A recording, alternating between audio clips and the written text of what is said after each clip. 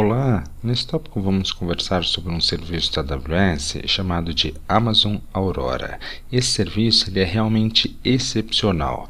Nós encontramos ele ali dentro de RDS e ele tem algumas diferenças. Ele é um serviço criado pela AWS como um banco de dados para a cloud, ou seja, trazendo todos os benefícios, trazendo features avançadas de RDS que a gente só vai encontrar no Aurora.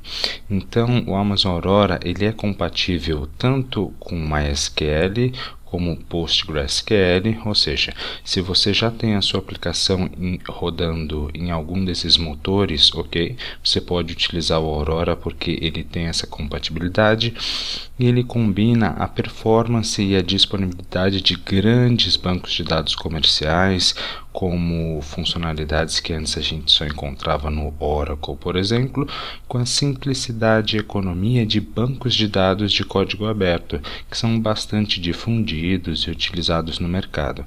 É como se nós uníssemos o melhor de dois mundos. Algumas características do RDS, só para relembrar, ou seja, tudo que a gente já estudou acerca do RDS vai valer também para o Aurora.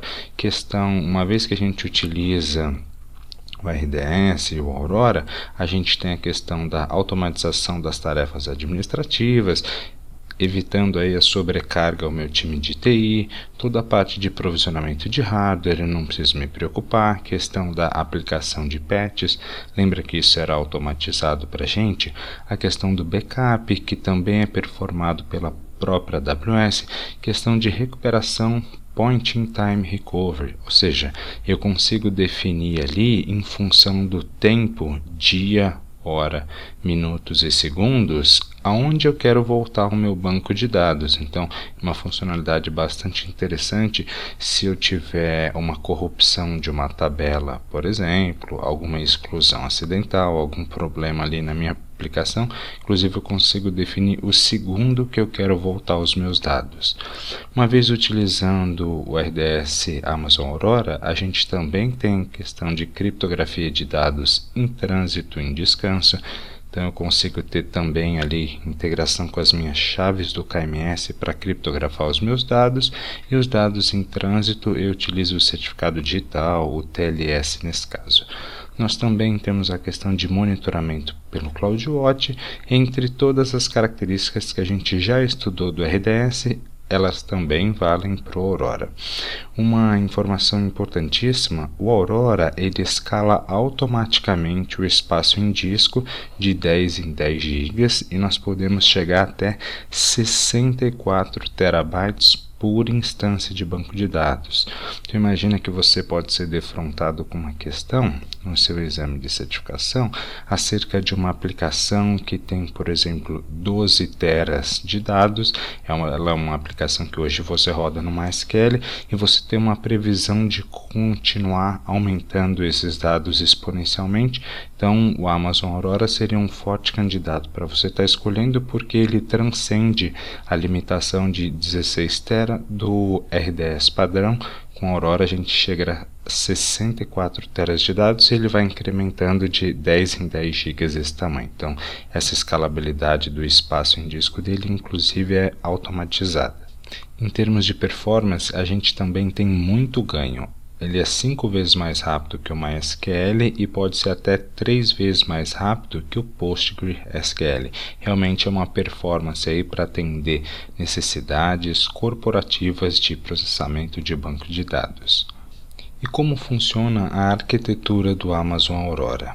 O Aurora ele tem um conceito de cluster volume. Então esse cluster volume ali no nível de storage, ele é compartilhado por todas as instâncias do Aurora, e é aqui que a gente faz a replicação dos dados. Então, uma vez que nós utilizamos o Amazon Aurora, nós temos uma alta durabilidade e disponibilidade dos dados. Os dados eles são replicados 6 vezes entre 3 zonas de disponibilidade.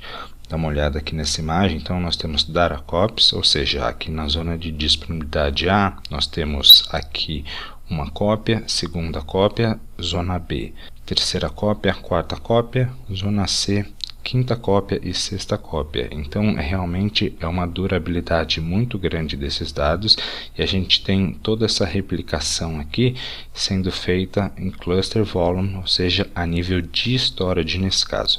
Nós também temos características de self-healing, ou seja, continuamente o Aurora fica olhando ali os seus dados para fazer qualquer recuperação. Se eu tiver a perda de um HD SSD ali dentro do meu storage, para ele evitar que eu tenha qualquer corrupção dos dados, que eu tenha realmente integridade e durabilidades altíssimas. A questão de failover do Amazon Aurora também ela é bem mais agressiva, ela é bem mais performática que o RDS padrão. Nós temos failover aí em tempos inferior a 30 segundos. O que seria o failover? Imagina aqui que eu estou operando com essa minha primary instance, ela é master, ok? Se ela cair, automaticamente eu tenho o failover de uma Aurora réplica. Então, diferente do RDS padrão, as minhas réplicas de leitura elas podem se tornar o meu master, e no caso do Amazon Aurora nós conseguimos ter até 15 réplicas de leituras no mesmo cluster. Então toda essa tratativa ela passa a ser automatizada, e se realmente eu perder a minha instância primária, o failover disso é abaixo de 30 segundos. Utilizando o Aurora, nós temos o conceito do Aurora DB Cluster. O cluster ele sempre tem uma instância master, ele tem 0 ou 15 réplicas de leitura, read réplicas no caso do Aurora. Então a gente tem o conceito do master sendo read write, ou seja, ele consegue escrever e ler os dados aqui no meu cluster volume, e as réplicas de leitura ela só faz o read, né? Só a leitura dos dados em si. Mas depois a gente vai ver na console da AWS que dependendo da versão ali do banco de dados que a gente escolhe acerca da compatibilidade, nós temos o conceito inclusive de multimaster. O multimaster vai permitir que eu tenha mais de um master, e aí eu consigo fazer leitura e escrita em duas instâncias. É uma funcionalidade também adicional que nós só temos no Amazon Aurora. Essa replicação do cluster volume ela é realmente bastante otimizada. No momento em que a nossa instância primária faz a gravação aqui no meu storage, em bem menos de 100 milissegundos eu já tenho esses dados disponíveis para minha réplica de leitura está fazendo a leitura, no caso as queries read, para estar acessando essa informação. Então ele também tem o conceito de trabalhar com read réplicas, e nesse caso lembre-se que inclusive essa réplica pode assumir como master quando a gente está trabalhando questões de failover, quando eu perdi o meu master especificamente. Uma feature que também nós encontramos no Amazon Aurora é o Global Database. Então o Global Database ele foi desenhado para aplicações que são globalmente distribuídas, ou seja, eu tenho ali os meus clientes ao redor do mundo, e a minha aplicação ela é arquitetada de tal forma que eu possa ler localmente a minha base de dados, tendo ganhos de performance. Então vou mostrar como funciona isso, tá? Uma vez que a gente está utilizando o Global Database, nós temos a nossa Primary Region, aqui por exemplo poderia ser Virgínia, e nós temos a nossa Secondary Region, que poderia ser Tóquio. Então uma vez que eu estou utilizando essa estrutura do Global Database, eu tenho ali um cluster global. Esse meu cluster global, imagina por exemplo que eu tenho um master, e esse master ele faz a replicação para uma réplica que está em outra região nesse caso. Essa replicação ela é também bastante otimizada. Nós temos aqui em termos de tempo de latência dessa replicação, mesmo sendo entre regiões, um tempo inferior a 1 segundo. Ou seja, se eu perder uma região por completa, o meu RPO seria de menos de 1 segundo acerca dos meus dados. Inclusive, se eu perder uma região por completa, a minha região secundária, essa réplica, ela pode passar a ser master. Então, nesse caso, a gente tem uma recuperação de disaster desastre automatizado em caso de falha na região, com failover do meu write read para a nova região, e esse failover em si é de menos de 1 minuto. Então realmente eu tenho uma estratégia global de disaster recovery. E uma grande vantagem que a gente tem utilizando do Aurora Global Database é que eu tenho uma latência muito menor para as minhas aplicações, porque as leituras eu posso fazer localmente. Então imagina que eu tenho um app aqui na Virgínia, ok? Sempre que eu precisar fazer alguma escrita ou alguma leitura, eu faço uma chamada no meu Aurora ali da própria região, então eu tenho baixa latência. E se eu trabalhar com essa mesma aplicação, característica só de leitura desses dados, eu também posso fazer essa consulta regional. Então eu tenho ganho de performance também para aplicações globalmente distribuídas. Obviamente, se eu precisasse fazer uma escrita dessa minha aplicação, eu teria que utilizar aqui a minha região primária, mas se realmente são só queries de leitura, eu posso ter todo esse ganho aí de performance consultando localmente a minha instância que está sendo replicada no caso do Aurora Global Database.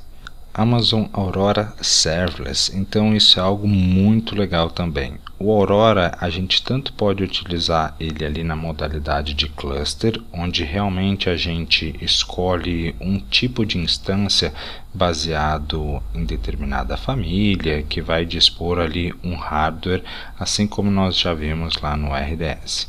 Nós também podemos operar com a Amazon Aurora na modalidade serverless. Nesse caso, a gente tem a escalabilidade automática sob demanda. O que isso significa? Imagina, por exemplo, que eu tenho um workload imprevisível acerca da quantidade de performance que eu vou utilizar. Eu poderia estar pensando, por exemplo, no Aurora Serverless, porque ele vai escalar automaticamente para mim acerca da capacidade. Quando nós utilizamos o Aurora Serverless, a gente não tem ali a disposição de um banco de dados que a gente vai lançar, encerrar, nada disso. Realmente a gente tem uma abstração completa dessa questão de cluster, e quem vai tratar isso para a gente é a própria AWS. Então a gente faz a execução de um banco de dados na nuvem sem gerenciar nenhuma instância, e ele é uma opção simples e econômica para cargas de trabalho pouco frequentes, intermitentes ou imprevisíveis. Eu vou repetir que essa informação é importantíssima. Uma vez que a gente utiliza o Amazon Aurora Serverless, a gente tem uma opção simples e econômica, e aí os casos de uso seria quando eu tenho uma carga de trabalho pouco frequente, quando ela é intermitente, ou seja, quando eu tenho poucos acessos durante o dia, ou eu não tenho regularidade nesses acessos. Ora eu consumo muito o meu banco de dados, ora eu consumo ele de uma maneira um pouco mais tímida, ou realmente se o meu workload é imprevisível, então eu estou começando uma nova aplicação ali, a qual eu não tenho ideia acerca da capacidade que eu vou precisar, eu poderia também estar utilizando o Amazon Aurora Serverless. Lembre-se que o Amazon Aurora, seja na modalidade Serverless ou de cluster relacional nesse caso, e a gente tem as opções dos motores compatíveis tanto do MySQL quanto do PostgreSQL. Uma vez que a gente está utilizando o Aurora Serverless, a gente muda a forma de cobrança, porque a gente não tem mais um tipo de instância que a gente seleciona que fica rodando ali o tempo todo. Então, a gente tem o conceito do Aurora Capacity Units, que é a capacidade de processamento que o nosso Aurora vai ter, tá? Então aqui nesse exemplo a gente tem, por exemplo, o Aurora operando 22 horas com uma capacidade de 2 ACUs, e aqui a gente tem o Aurora operando 2 horas com uma capacidade de 8 ACUs. É como se 2 horas por dia ele precisasse entregar mais performance com base na utilização. Lembra que a escalabilidade dele é automática, ok? Acerca da performance de banco de dados. E aí a gente tem uma variação de custos, a gente tem basicamente uma quantia da quantidade de horas que a gente operou com 2 ACUs, o valor da ACU aqui para uma região de exemplo que eu peguei é de 0,06 centavos de dólar. Então, durante esse período, através dessa multiplicação, a gente chegou a 2 dólares e 64 centavos, e aqui, quando eu operei com mais capacidade, a gente chegou a um valor de 0,96 centavos de dólar, porque a gente operou por 2 horas. Então, eu realmente trago o melhor dos dois mundos. Eu entrego escalabilidade e capacidade ali sob demanda, e eu só pago pela utilização disso, e aí total por 24 horas, nesse caso, pagaria aí 3 dólares e 60 centavos, mais a parte de storage, tá? Que eu não adicionei aqui nessa conta para não criar muita complexidade, mas só para você entender um pouquinho da forma que o Aurora trabalha nessa cobrança na questão serverless. Já estou autenticado na console da AWS, nesse caso utilizando a região de Ohio. Nós vamos encontrar o Aurora aqui dentro de Services, Database, no próprio RDS.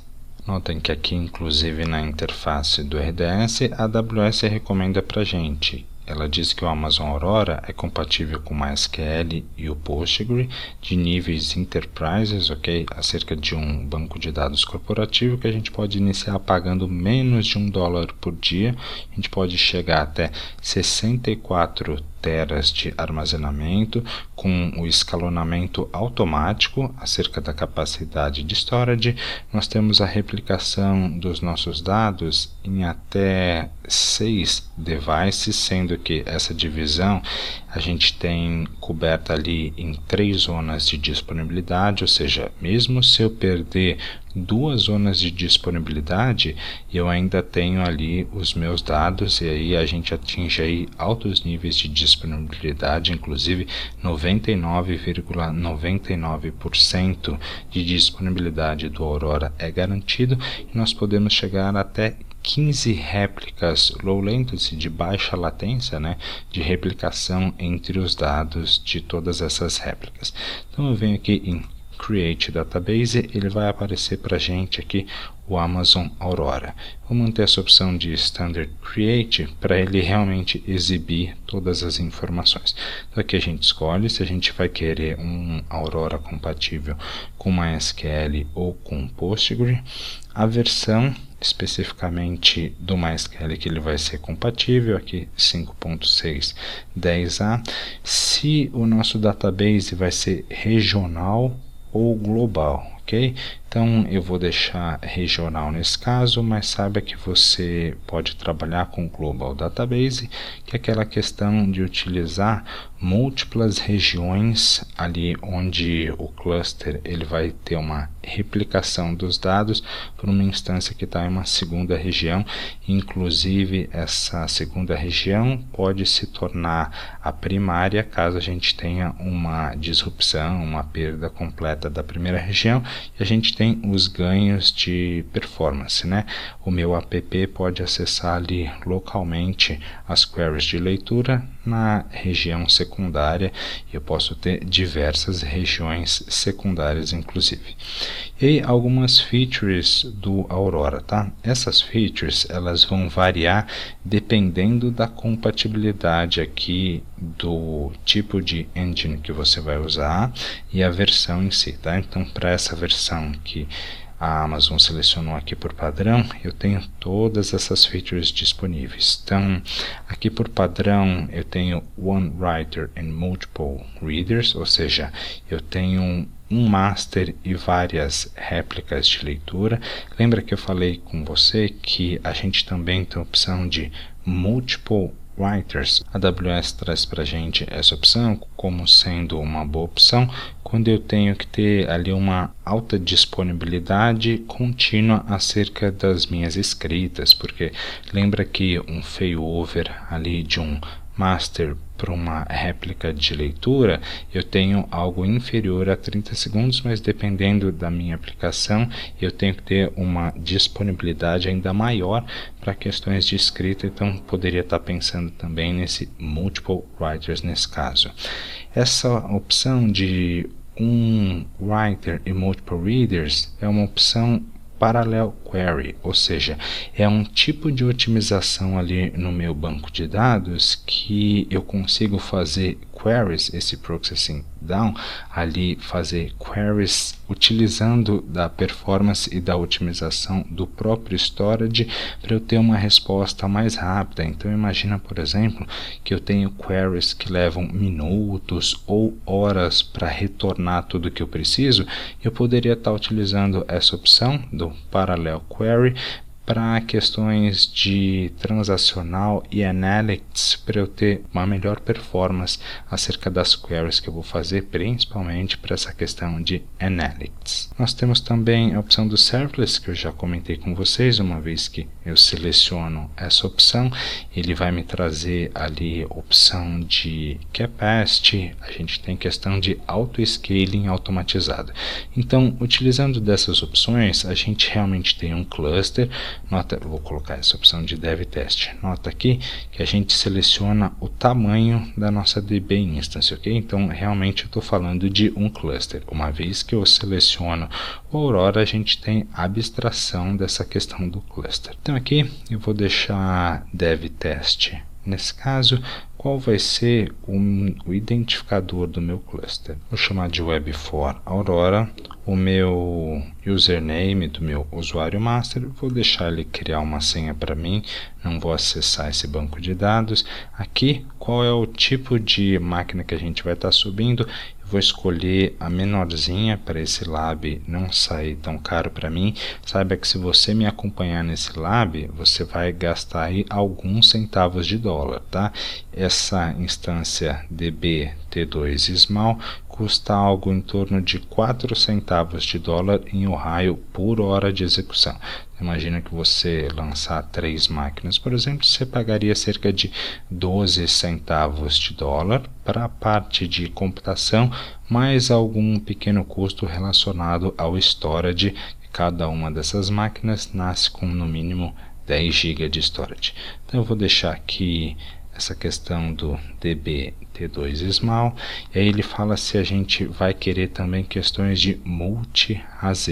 Então eu vou deixar ele criar ali minha réplica de leitura em 2 AZs. Nesse caso é recomendado, né, para alta disponibilidade. Vou manter essa VPC padrão. Vou dar uma olhada aqui essas opções adicionais. Então a gente também consegue dispor o nosso Aurora em uma subnet pública ou privada. Vou deixar privada nesse caso. Questões de security group. Aqui, como eu escolhi compatibilidade com MySQL, ele já vai trabalhar na porta 3306, que é a padrão do MySQL. Vou dar uma olhada aqui em Additional Configurations. Então, DB Instance Identifier, não vou mexer. Se eu quero criar alguma base de dados inicialmente, vou deixar em branco.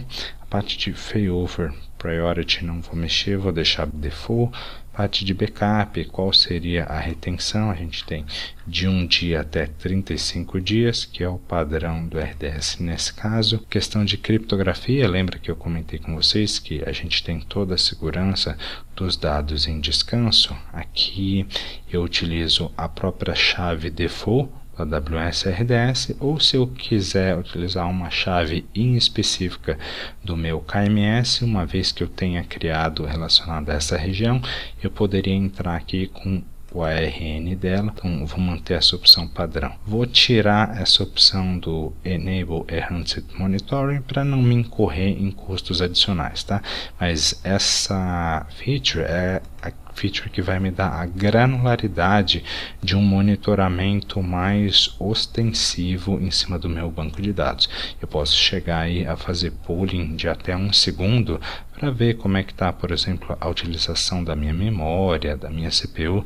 Isso vai muito do tipo de aplicação que você tem. Nesse caso eu vou desabilitar porque eu não quero custos adicionais.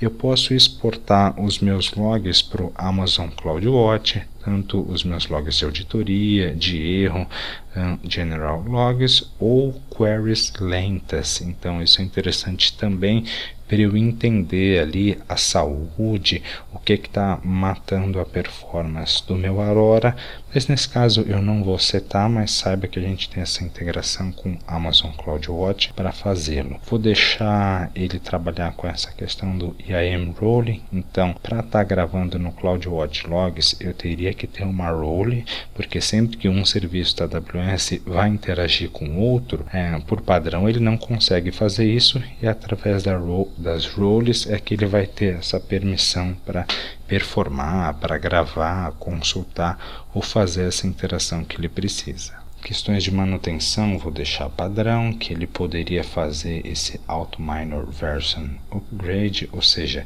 dentro ali da minha versão 5.6 eu poderia fazer automaticamente pequenas atualizações ou upgrades. Isso é recomendado, né? Principalmente para features de segurança ou bugs graves dentro daquela versão, que não vai alterar a forma que ele trabalha. Se eu vou fazer isso dentro da janela de manutenção, se eu vou deixar habilitado essa opção do Enable Lesion Protection, vou manter por padrão, vou dar um Create Database nesse caso. Então o que ele fez para a gente, tá? A gente havia definido ali um nome de identificação, então esse é o nome de identificação do meu cluster, Web4 Aurora. Aqui, deixa eu dar um refresh só para ver se ele vai mudar. Vai demorar alguns minutinhos para ele setar essas informações correta e default. Vou fazer uma pequena pausa nesse vídeo e já retorno. Aguardei cerca de 6 minutos, eu já tenho aqui o meu cluster operacional. Então nota que a gente tem o role, ou seja, a função desse meu cluster, ele é regional. Lembra que para esse caso a gente não fez o setting dele como sendo global. E aí nós temos basicamente duas instâncias dentro desse cluster, ok? Size, duas instâncias. Uma instância é a minha instância master ou writer, e a minha segunda instância ela é uma réplica aqui chamada de reader. Uma vez que a gente abre o nosso cluster, a gente tem aqui dois endpoints, ok? Esse é o meu endpoint de escrita e esse é o meu endpoint de leitura. Então vamos supor, aqui eu só criei uma réplica de leitura, mas eu posso criar mais uma só para exemplificar aqui um conceito com vocês. Volto aqui nessa opção, Actions, Add Reader, e aí o meu reader eu vou escolher o mesmo tamanho, mas saiba que eu poderia ter ali uma instância de um outro tamanho. Nesse caso não vou setar qual zona de disponibilidade ele deve subir, vou manter tudo padrão nesse caso e vou seguir só para explicar um pequeno item aqui para vocês. Na verdade o meu DB Instance Identifier eu preciso preencher alguma informação. Pode ser Web4 Reader Add Reader nesse caso.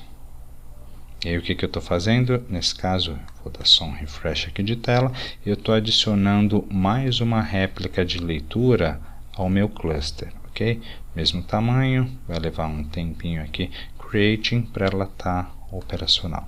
Mas o que eu quero explicar para vocês é a questão do endpoint. Então aqui nesse caso eu tenho duas réplicas de leitura.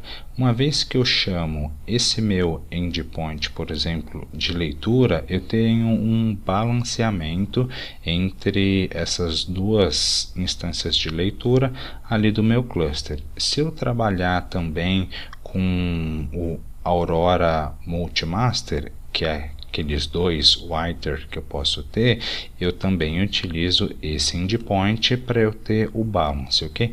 Então esse endpoint realmente ele vai fazer o balanceamento dependendo do tipo de instância que eu tenho ali dentro do meu cluster. Obviamente, se eu só tiver uma instância master, eu vou utilizar esse aqui, ele vai cair em uma instância só. Se eu tiver só uma réplica de leitura, ele vai cair em uma só, mas se eu tiver várias instâncias, é interessante que eu utilize o endpoint. Mas se para algum caso em específico você quer fazer uma chamada direta na sua instância, você também consegue. Nota aqui que eu fiz essa seleção e eu tenho o endpoint diretamente para ela. Então só para você saber, é algo possível, não muito usual, mas dependendo da tratativa que você queira fazer, você chama direto uma instância. Nós também trabalhamos com a mesma questão do security Security Group, então eu tenho que abrir o Security Group ali para as minhas EC2 que vão estar falando com as minhas instâncias. Nesse caso eu abriria 3306 para o Security Group associado às minhas instâncias EC2 de aplicação.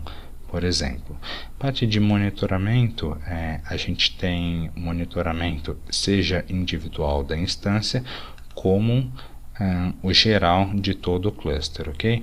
Então aqui ele separa pelas duas instâncias que eu tenho disponível, que ele já pegou. Então utilização de CPU, quantidade de conexões ali no meu banco de dados, memória disponível, questão de rede, throughput em megabits por segundo, créditos. Então se eu utilizar uma instância da família T, ele vai estar acumulando créditos quando eu estou com CPU em baixa, e se eu precisar de algum pico de processamento, mais performance, ele vai utilizar desses créditos que eu acumulei durante o período de baixa utilização, digamos assim. Então só voltando aqui, a gente tem toda a parte de logs e events, nesse caso aqui ainda está zerado. Parte de configuração, ele vai mostrar todo o meu setting, a versão ali do engine compatível, o Resource ID referente ao meu cluster, o nome, informações do tipo de autenticação. Aqui nesse caso eu não habilitei a autenticação integrada do próprio IAM, mas saiba que é possível também. Questões da janela de manutenção e backup, o horário que isso está setado, se tem alguma manutenção pendente, por exemplo, um minor update ali que esteja agendado que ele precisa estar fazendo. Essa questão do backtrack eu acabei não comentando com vocês, mas é uma feature também interessante, tá? O backtrack ele vai permitir que eu volte um backup do meu Aurora em cima do mesmo endpoint. Então no RDS, sempre que eu volto um backup ali naquele point in time, ele vai estar criando uma outra instância com outro endpoint. Já no caso do Aurora, uma vez que eu tenha habilitado essa questão do backtrack, eu consigo voltar o backup do meu banco de dados em cima da mesma endpoint, tá? Só tem que tomar um pouco de cuidado, porque quando eu seleciono essa feature para voltar, eu realmente perco qualquer dado posterior que eu tenha gravado. A gente só tem que pensar, isso pode ser algo muito específico, emergencial, a gente fez algo de errado e realmente quer voltar ali do banco de dados em produção, é que a gente pensaria no backtrack. Eu vou até fazer um pequeno setting de um global para vocês verem como que ele aparece aqui na console, tá? Então nesse caso eu vou selecionar aqui global, dev test, para ele aparecer opções menorzinhas. Nome do meu Global Database Identifier, posso chamar de Web4 Global, admin, gera uma senha automático.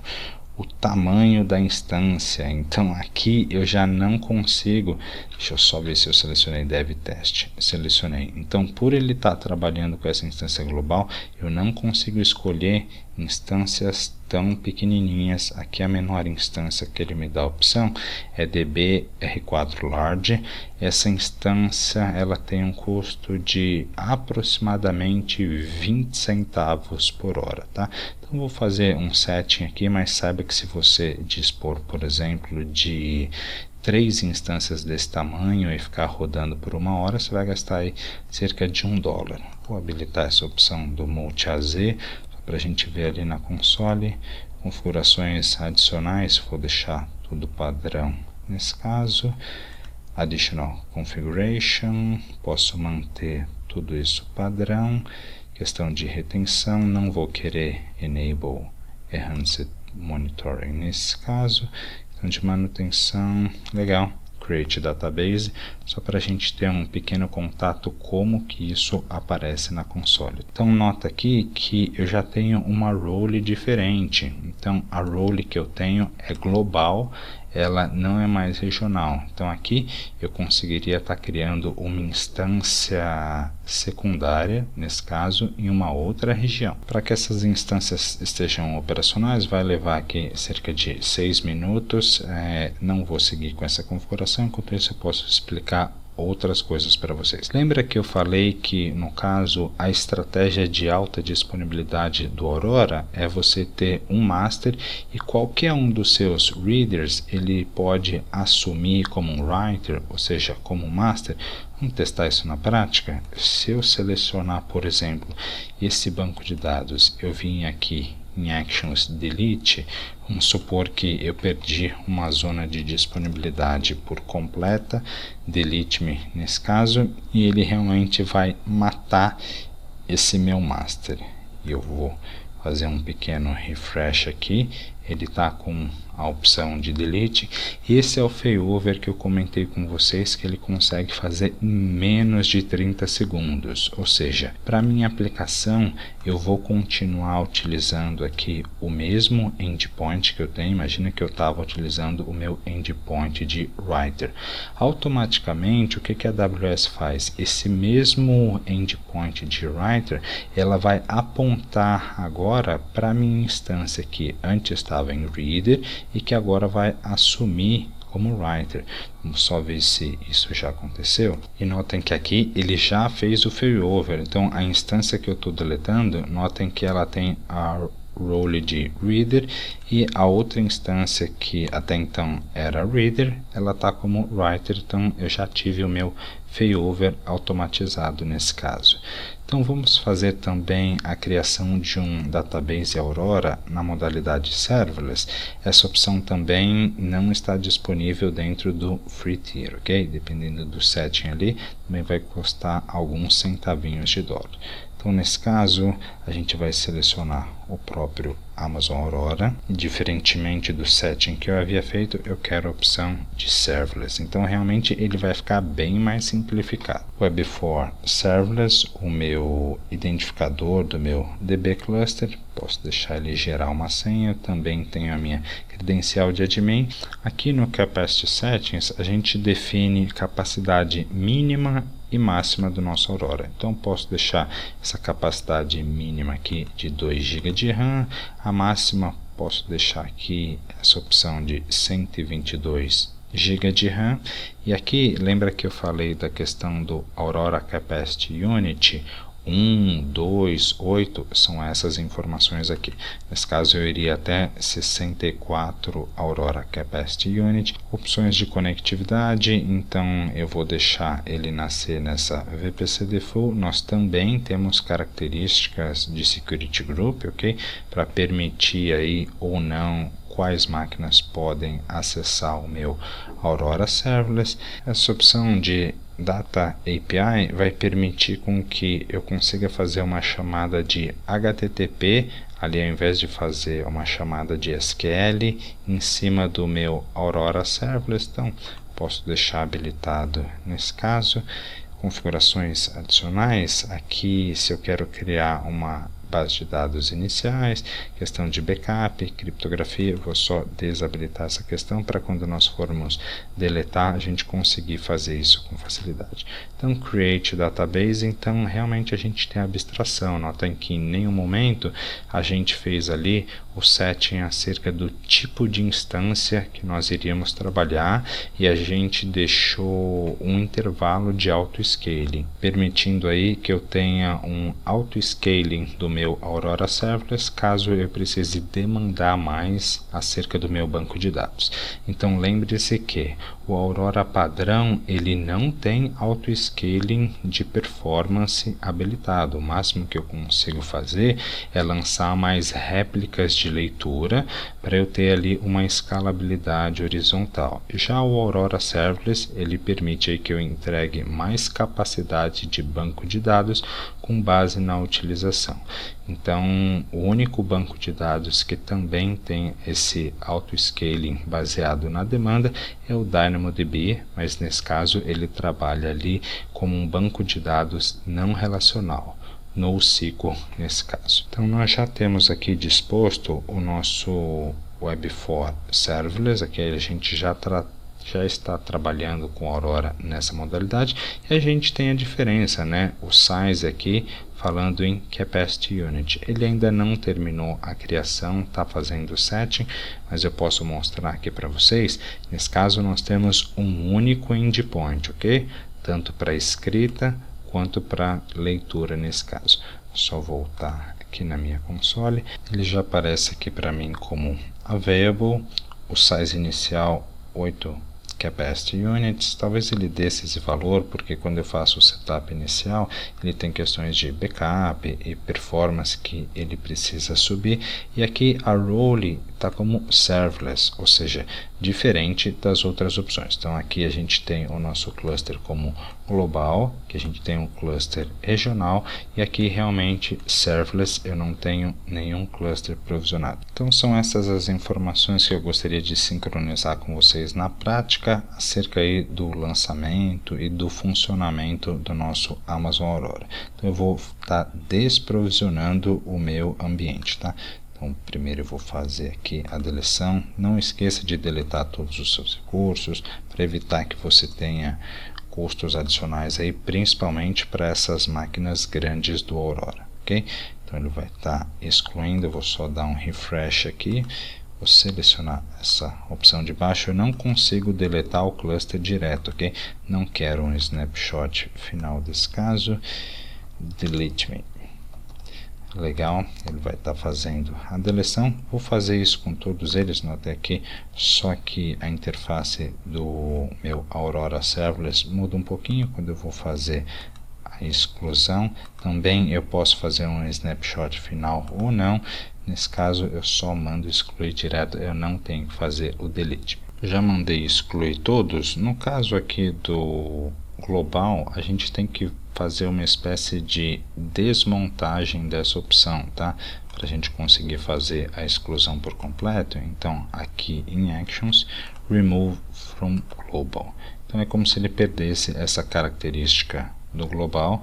E aí vou dar mais um refresh aqui. Legal, uma vez que ele voltou a ser regional, aí eu consigo fazer a deleção desse rapaz. Nesse caso, delete, yes, delete me, e a opção desse meu cluster identifier aqui em cima, conforme ele vai removendo, vai desaparecendo aqui para gente. Então realmente são features avançadas acerca de disponibilidade, durabilidade. O Aurora tem um custo cerca de 20% a mais do que o RDS padrão. Ali, se a gente comparar o mesmo tipo de cluster, por exemplo, de um RDS MySQL para um Aurora compatível com MySQL, uns 20% a mais. Todavia, realmente é algo que compensa a gente analisar em termos corporativos, porque a gente tem bem mais performance, a gente tem uma maior disponibilidade, uma durabilidade incrível dos dados pelo tipo de arquitetura que ele trabalha ali em baixo nível, acerca de storage. Realmente são funcionalidades incríveis que a gente tem para estar utilizando em termos enterprise, né? Corporativos. Aguardei alguns minutos. Nesse caso ele não deletou por padrão e ele não aparece a opção aqui do delete. Então o que eu vou ter que fazer? Eu vou ter que entrar aqui especificamente nele, delete. Não quero criar um snapshot. Legal, aí nesse momento eu consegui apagar o meu identificador do cluster. Vou dar um pequeno refresh aqui de tela. Perfeito, delete. Lembre-se ali, para fins do exame de certificação, que se você precisar de um banco de dados relacional gerenciado, que seja compatível com MySQL, com Postgre, que pode chegar até 64 teras de dados, que tem uma performance e uma disponibilidade realmente de bancos de dados comerciais avançados, pense no Amazon Aurora. Apenas uma recapitulação acerca da arquitetura do Aurora: a gente pode ter até 15 réplicas de leitura e os dados são distribuídos em 6 dispositivos entre 3 zonas de disponibilidades distintas. Realmente é uma durabilidade e disponibilidade dos dados bastante alta. Temos também a feature do Global Database, onde a gente consegue ter uma estratégia aí multi-region acerca da replicação dos dados. Se eu perder uma região por completa, a minha região secundária pode assumir. Inclusive eu tenho ganhos de performance para a minha aplicação, para as minhas consultas de leitura, porque eu posso fazer consulta local dos meus dados. Então, quando eu tenho uma carga de trabalho pouco frequente, intermitente ou imprevisível, eu posso estar pensando também no Amazon Aurora Serverless, e essa é uma opção que ele vai fazer a escalabilidade automática baseado na minha demanda, no meu consumo do banco de dados em si. Obrigado por assistir, nos vemos no próximo tópico.